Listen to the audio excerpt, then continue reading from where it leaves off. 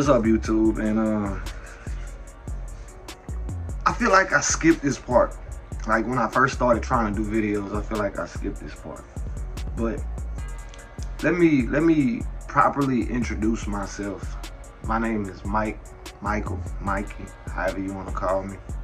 Slim, whichever one. But I want to let y'all know the biggest crash out that I know.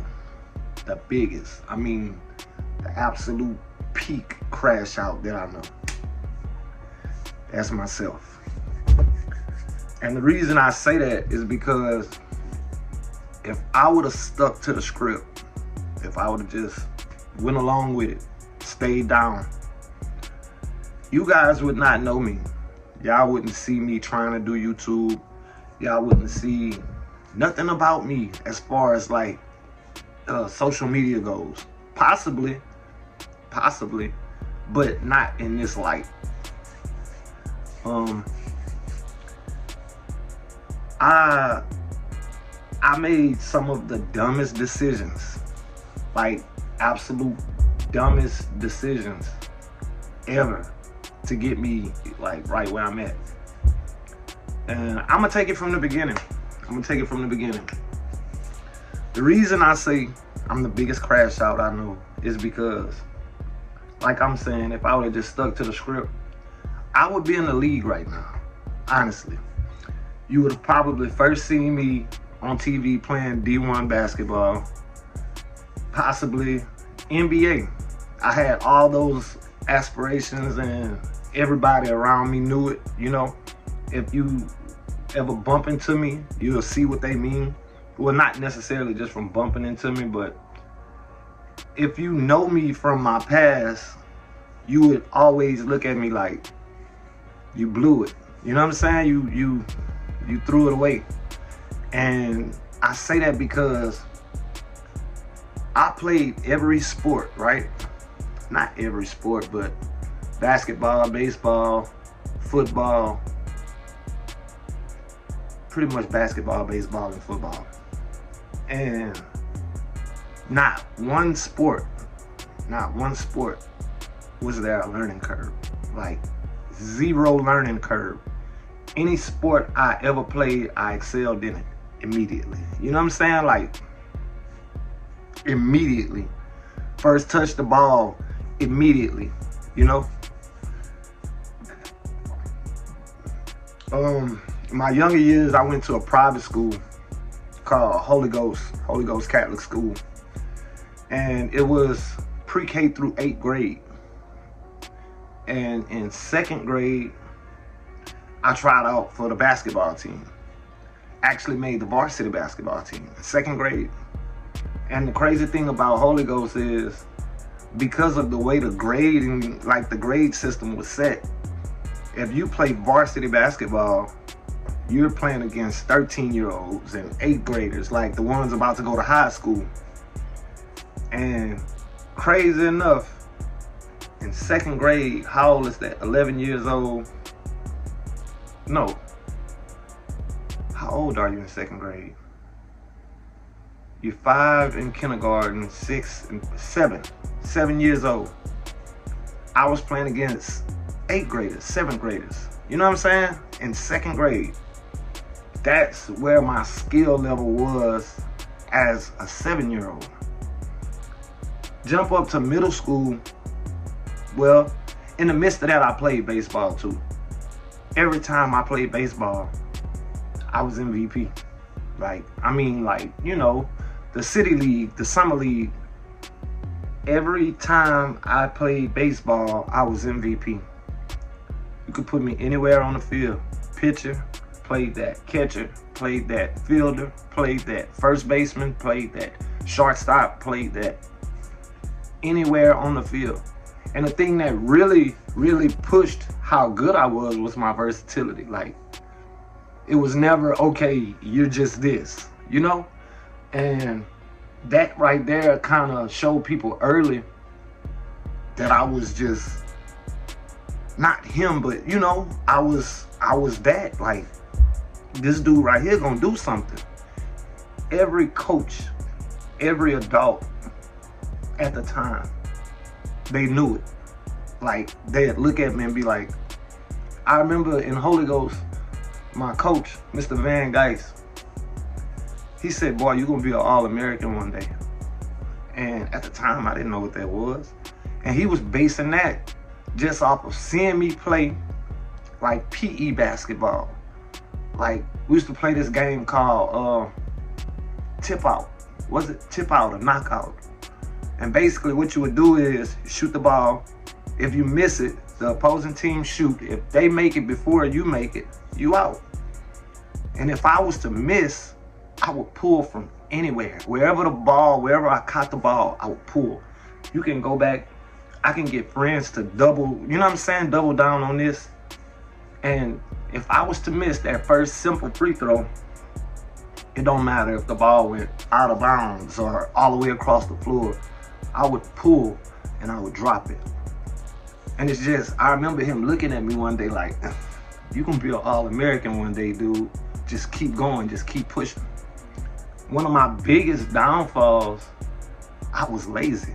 Like, I knew I was good, so I always felt like, why I gotta work so hard if I'm already good? You know, like, why I gotta do all this running and why I gotta do it? And my attitude, first off, I hated losing. Hated losing. I fucking exploded on the baseball field one day. Took off my shirt, threw it at the coach. Now, mind you, I'm a kid, but I'm as tall as my coach. I'll go try to find my T-ball championship. We won a T-ball championship. I'll try to find that news article. And you really can't even see me in the picture. Reason being, I'm as tall as the coaches in T-ball. In T-ball, bro. If you look at it real good, you can see me. And because I seen it, you know, so much as a kid, I know exactly where I'm at. But I want to find it, and I want to try to put it up here and try to see if you guys can see me. It's an old newspaper article, so it's probably distorted, or I don't know, possibly I could find it. But yeah, started off playing basketball, school basketball, organized ball in 2nd grade, playing against 6th, 7th, 8th graders. You know, middle school, I was playing against middle schoolers, 2nd grade. When I got to middle school, I practiced with the team. You couldn't play in 6th grade, so in 7th grade, I practiced with the team possibly just that year. Just that year alone. After that, I would get picked up by the coach, and I would go practice with the high school. 8th grade, like, I knew damn near zero about what we were actually doing on the floor during my middle school years. They would just, you know, hand me the ball and let me work. And I don't want to take from anybody else. We had some cold-ass teammates. I had cold-ass teammates. Shout out my boy Jazz, rest in peace, Jazz. Jordan, Joseph. I had another friend named Joseph, just as tall as me. Possibly a little bit shorter than me, but not too much shorter than me. And he had size. He had, you know what I'm saying? I never really had size. I was just tall. But they used to call us the Twin Towers. Every school we played knew about the Twin Towers. Like, they knew this. These two dudes, they tall and they good. Okay. Get to high school, and I stopped playing baseball around, I think 11 and 12 was my last year. I didn't play too much after 11 and 12. But I played like summer softball and stuff like that with grown men. And I'm telling you, I was gating shit. I would have grown men come to my house. Mikey, come play with us. Come play with us. Man, come play softball with us. Come to the field in the hood and come play softball. And bro, these dudes would think I was a joke. Like, they would look at me like I had a baby face, so they would think I was a joke. But after they seen me put that bitch like 20 feet past the gate, like 2 or 3 times, they knew. Like, simple, they knew. But like I said, in high school, I really really started to develop, like really. And I met up with a homeboy who's still my homeboy right now, named Caleb KP. They actually have a YouTube channel. What's the name of that YouTube channel? I'll drop it in the comments. I can't think of it offhand. But bro was like my mentor, like real shit. Anywhere we went, any team we played, he was like, cause I started playing with him his senior year, and anywhere we went, he would tell people, "This my protege. Y'all better get everybody y'all can together, cause this dude ain't playing. Like, he the one. I'm telling y'all better be ready for him when I leave. Don't think it's gonna get easy when I leave, cause he's coming." Like, and he did that everywhere we went. If he had friends on the other team type shit. I remember at one practice, he was going to Northwestern University, and some coaches from Northwestern came, and our coach had let us know. Like, he let him know, but he let everybody know, like, it's gonna have coaches from Northwestern. Like, other teammates who were seniors, he was letting everybody know. But I'm a freshman. Like, I am a freshman. I don't have no business talking to these people yet. I don't have not one reason to speak to nobody about college yet. But when I knew they were coming, I put on hell of a show. I mean, started off in the layup line. Mind you, I'm a freshman, 6'6". I'm throwing alleys to myself in the layup line, doing 360s in the layup line. I mean, I'm going crazy. And then on the actual, like, scrimmage against other teammates, still going crazy. Like, to the point where these coaches, if I would glance and look to see if they were paying attention, I could see them asking, "Who's that? Who's that dude right there? How old is he?" And of course, I was a freshman. So, I mean, I got a few words from the coach. They told me a few things, like, "Man, keep going, keep playing. We're gonna be looking for you." Cool. So the summer of my freshman year, I went to a basketball camp at the University of Houston. Shout out my uncle for lining that up.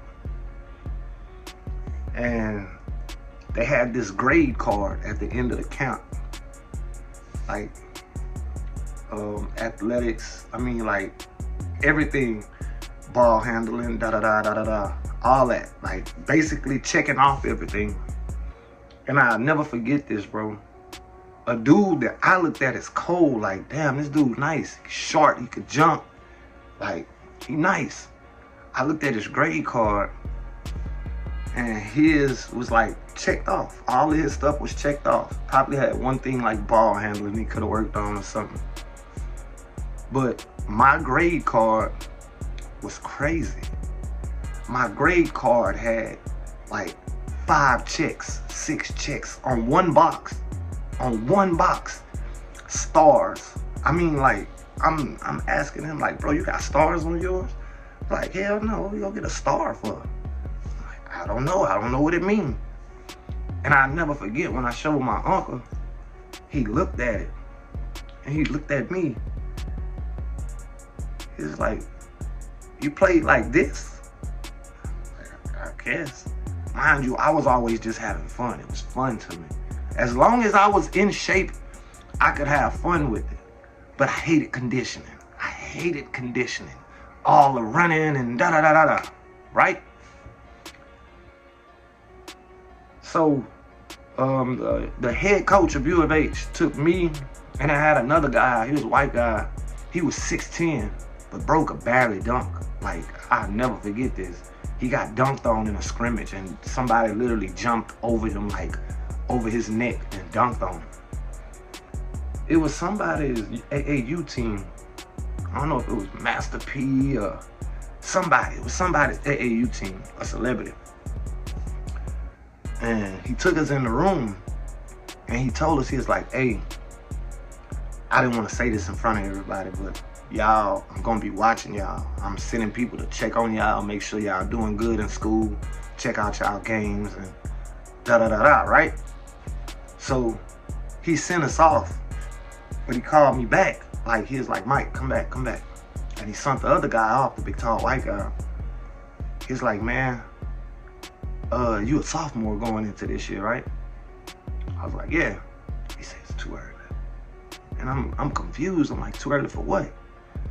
And what it was he wanted to give me an offer, like right there on the spot. He wanted to make me an offer to come to school there. I mean, I have literally the U of H players at the time calling each other like, man, come check this out. Come check this dude out. By this time, I think I had hit 6'7". But it's like, bro, if I was on the court, an audience, it would always gather all the players from U of H to come see me play, because they would mix us up on little teams. Like, and I remember it had a young kid. He was young. He had nice ball handling, but he was just little. And he would come down court and they would double down on him and rip him. So when I noticed they was, putting pressure on him because he was young and he just wasn't ready, I started handling the ball. I started running the ball down. Like I said, versatility has always been my thing. Just because I'm 6'7" or 6'8" doesn't mean I can't dribble like a point guard. Like, I literally started taking the ball down, running a point, and I could shoot. I wasn't just a paint player. If you leave me behind this arc, I'm gonna blind you. If you leave me anywhere on this floor unattended, I'm gonna blind you. And it was crazy, bro, because it went from me playing the paint at first in that game, in that scrimmage, to me playing the point, pulling threes, like deep threes, and, playing anywhere. And it's like I got the respect of the U of H players, and they was like, bro, you nasty, bro. Like, we thought you was just a big man, but you can shoot, you can dribble. I was like, yeah, I never looked at it crazy, like, but, in high school, you learn that you have certain roles and you just don't do certain stuff. Like, if you're a big man, you have no purpose or no reason to be dribbling the ball. But seeing a 6'8" guy that actually had decent handle was kind of, fascinating. Seeing a 6'8" guy who's mostly a paint player shoot threes and shoot from anywhere was fascinating. And I grabbed the coach's attention. And like I said at the end, they gave us these report cards. Every box had five plus checks and stars and da-da-da. Yeah, like I'm saying, the report card, the coach graded me. But then in return, the shooting coach graded me. The players graded me. Everyone that had anything to do with the U of H organization as far as coaching went, graded me. And the checks themselves were from coaches, like shooting coach, this coach, that coach, right? But the players came and they put stars on my stuff. I wish I still had that card, bro. I wish I still had it. But everyone that had anything to do with the U of H team graded me. And it's like, at that moment, coach just wanted me. He wanted me bad. So, the story about to take a turn. I'm just giving you a heads up. Like, that was the time or the moment when I noticed. I always knew I was good, like decent, but I didn't think I was college level. You know what I'm saying? I'm just going to be a sophomore. And at that point, I realized, like, man, I could do something with this. Like, I can really do something with this. So, coach told me he was gonna be, coming to games and checking me out and whatever. But everything that we did at that camp was recorded. Now, what made it really go crazy is coaches talk. Coaches talk amongst coaches, and, don't have to be the same school or whatever. They could be friends, But that coach told that coach. That coach told this coach, and this coach told that coach. Bro, I was getting letters. I mean, like, offer letters at 15 years old. Like, we gonna come check you out. We gonna be attending some of your games this year, just to, get an eye on you. And And bro, I still got the box. I think I done moved a few times, but I had a box of letters from colleges from everywhere, big colleges, Division I colleges, and it's like it motivated me for real. It turned me up so much to see that all these colleges were interested of me. You know what I'm saying? They were interested in me, and it was basically from word of mouth. So I could imagine what the coach from U of H said about me. You know what I'm saying? I could just fathom what this guy said to make these colleges interested in me with never seeing me touch a ball unless he showed them like tape or something like that, showed them like the recordings from the camp. That's the only suggestion, like that's the only guess I could come up with.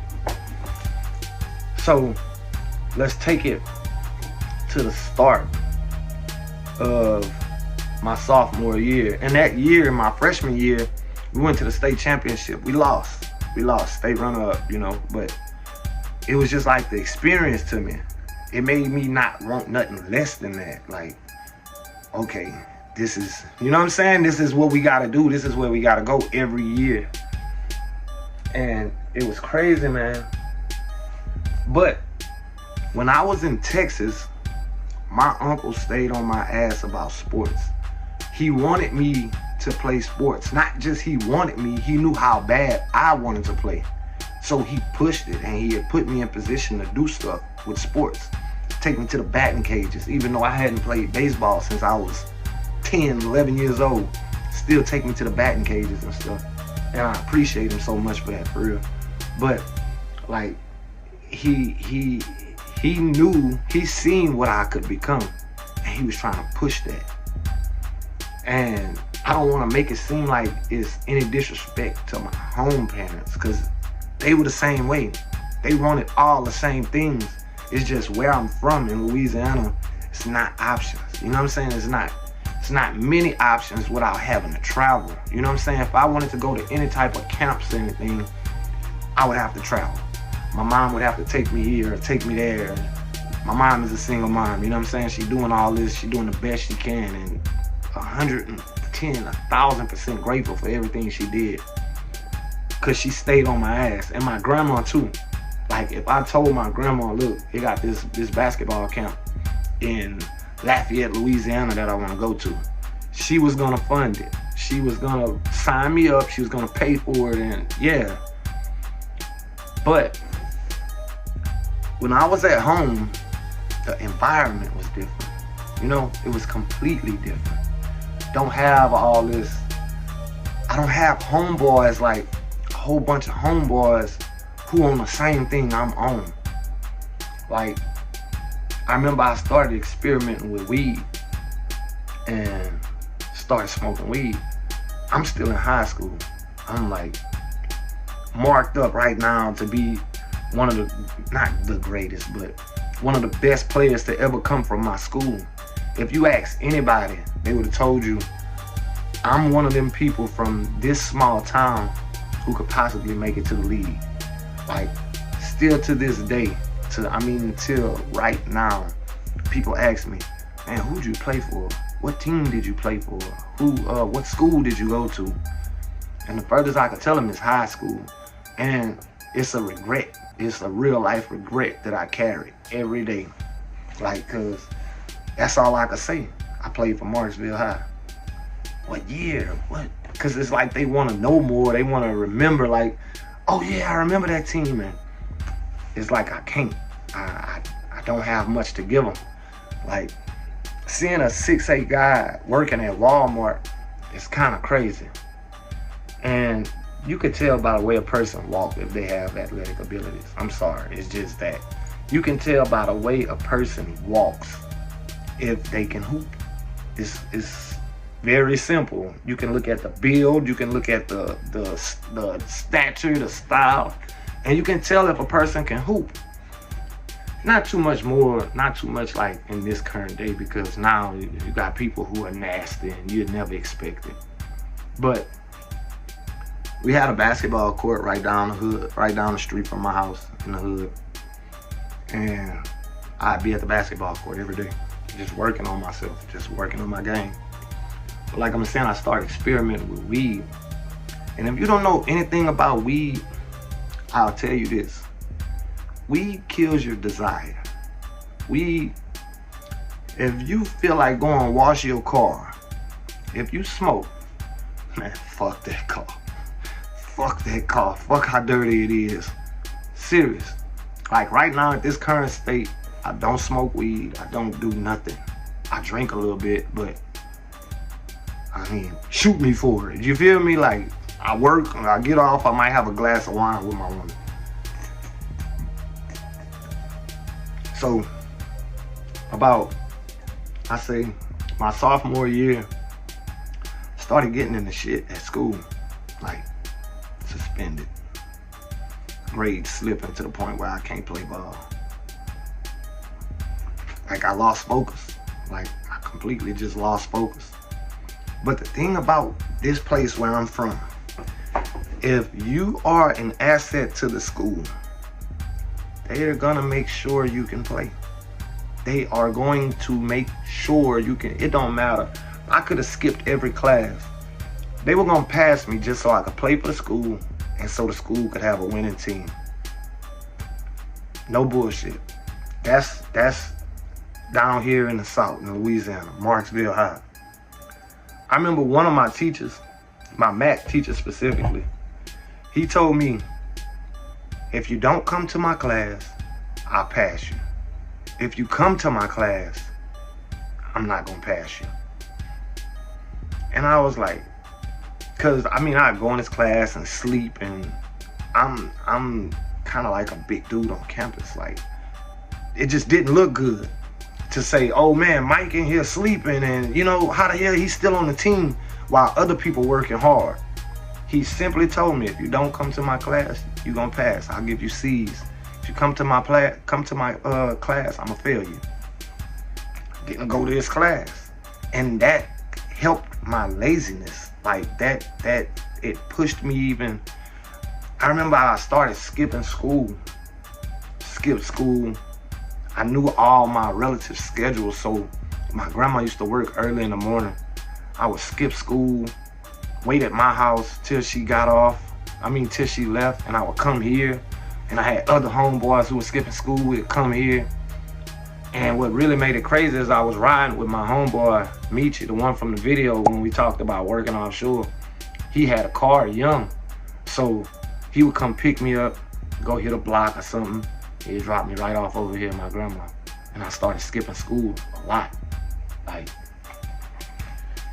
smoking weed, hanging with the wrong crowd, getting interested in the wrong shit.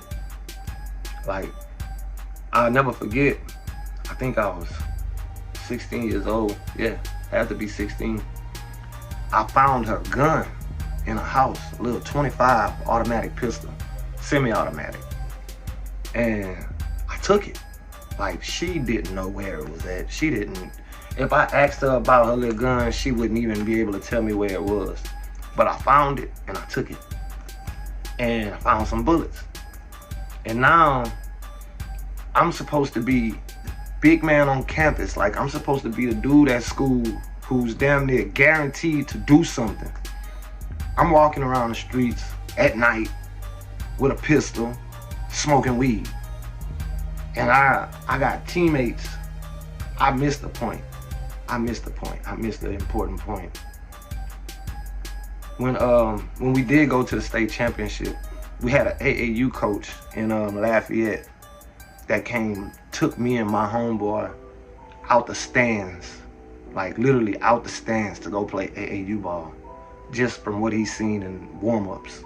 Like, we played AAU ball, bro, traveled here, traveled there, and that kind of just died out. It didn't last.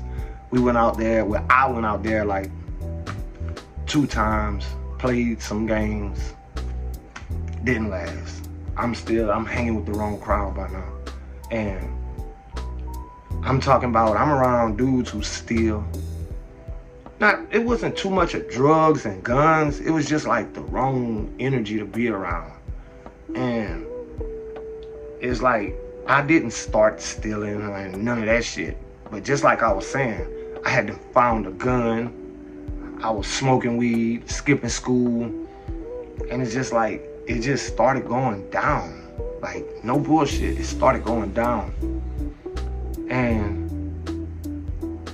I'll never forget, bro. I got expelled from school, like, the last day. I got expelled, like, stupid shit. Mind you, I've been skipping school like it was legal. Then I turn around and get my ass expelled. So now, next year, I can't even play ball until the second semester. Like, I gotta watch my teammates go hoop and play ball, and I can't even play ball. My schedule didn't even reflect of a ball player, because if you played ball, you had like 2 or 3 PEs, shit like that, and they was all at the end of the day. And the next year, my schedule was crazy because it was a normal schedule, like a normal student schedule. So, I'll never forget, bro. Start of school, I had some Jordan 21s, ugly ass Jordan 21s, some white and baby blue ones. And at the time I had long hair. So I got my hair did and I had beads. And they matched the shoes. And first day of school we went. And one of my little homeboys out the same crowd, you know what I'm saying? He lit a blunt up on campus. Like, I'm talking about, it's not a big school. If you do something like light a cigarette on campus, they gonna know. So bro light a blunt up on campus. Blow it out, bro. Hurry up and put it out. But the entire school, you could hear it in the, like, on the not playground, but like we had recess by an auditorium, like between the auditorium and the gym. And you can hear it throughout the whole school, like, man, y'all smell that? Man, that smell like weed. Man, what's that smell here? Everybody. I mean, like, everybody. Man, that smell like weed. Man, that smell like weed. Somebody done lit some weed up. Somebody smoking weed. Now, mind you, I was around them, but I didn't hit it. You know what I'm saying? Like, I wasn't that out yet. You know what I'm saying? I wasn't that cooked yet. But, yeah, that, and I knew I couldn't hoop.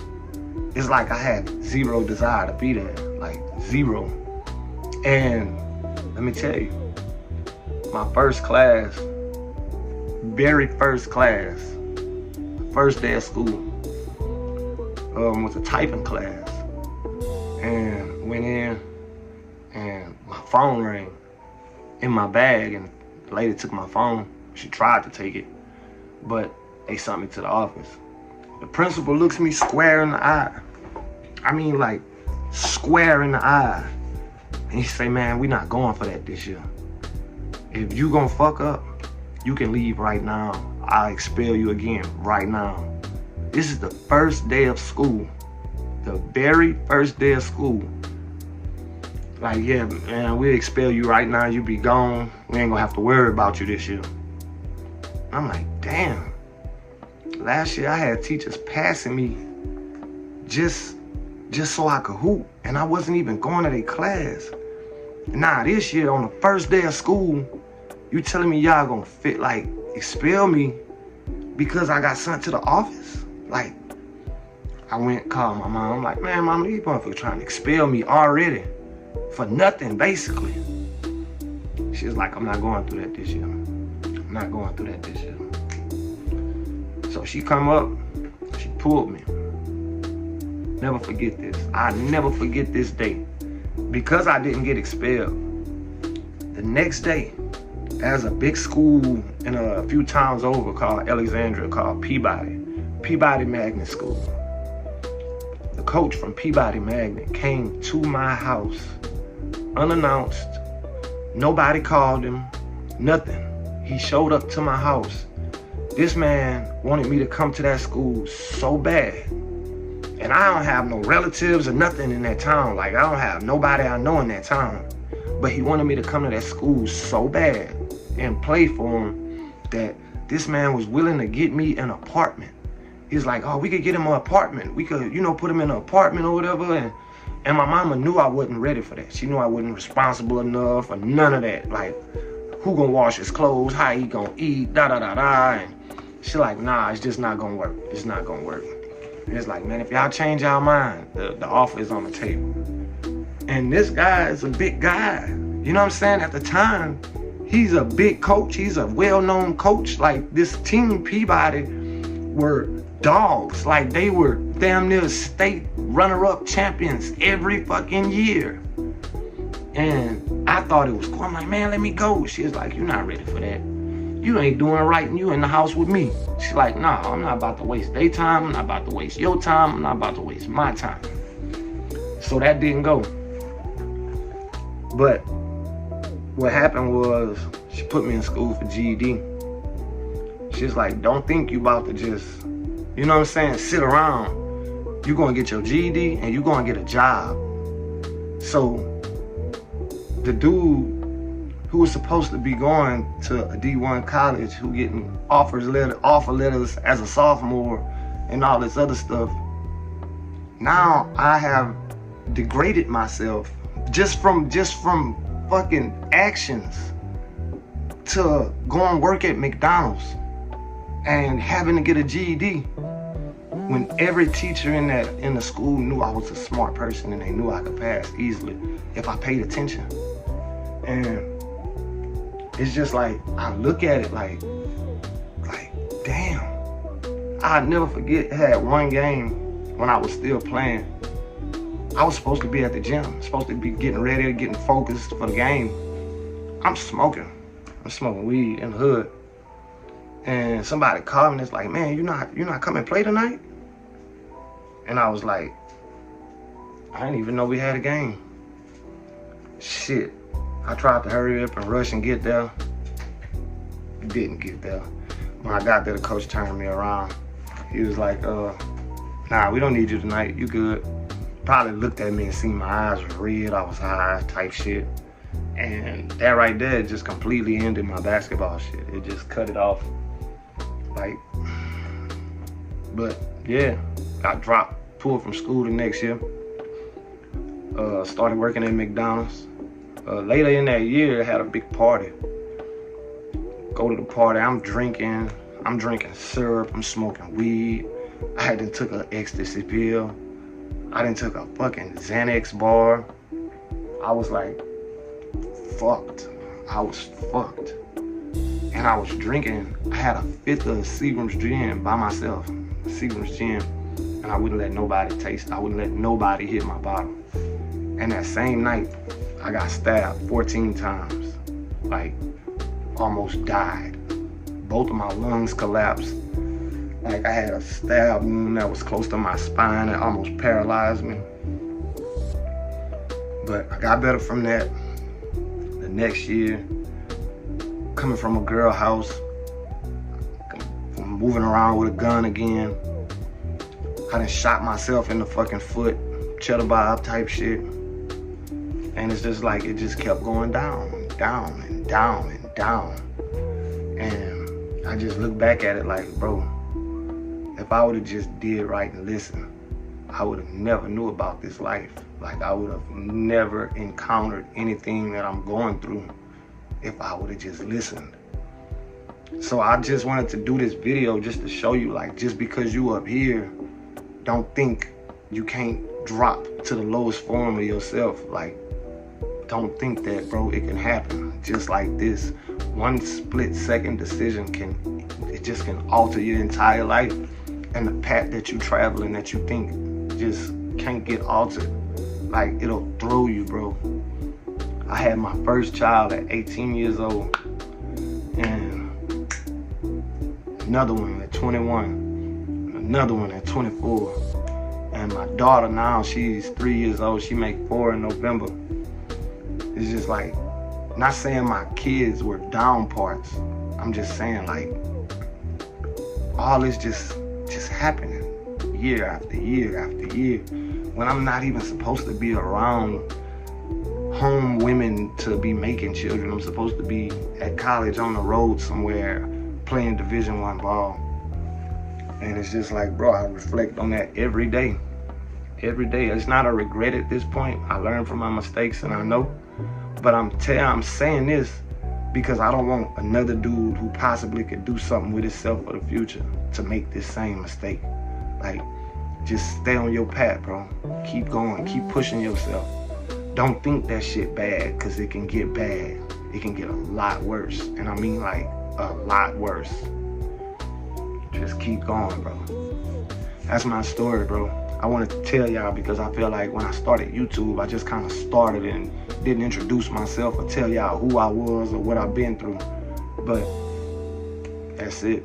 It's a lot of stuff that I missed. You know what I'm saying? Like highlight points that I just skipped over that didn't have to do with school. But all in all, that's pretty much the total picture. And yeah, man. Right here, right now, trying to make something shake on YouTube. But better yet, I feel like I wanted to tell this just to make sure another youngster, if you older and you watch this and you got kids, show them. Show them, bro. Because it can happen. It can go down just like you don't think it can. Don't slip. Stay on your motherfucking grind. Stay on your path. If you have something that seems like it's lined up for you, it's an option. It don't mean you're gonna get it. You gotta finish doing the leg work. You gotta put in the hours. You gotta put in you just gotta keep going. It's your boy Slim, bro. Y'all take my words with a grain of salt. It can happen to you. Don't listen. Start thinking that shit sweet.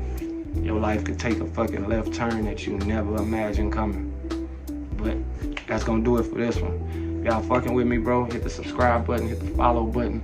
Make sure you tuned in, bro. Turn on those post notifications because everything not gonna be somber or sad or however this come off.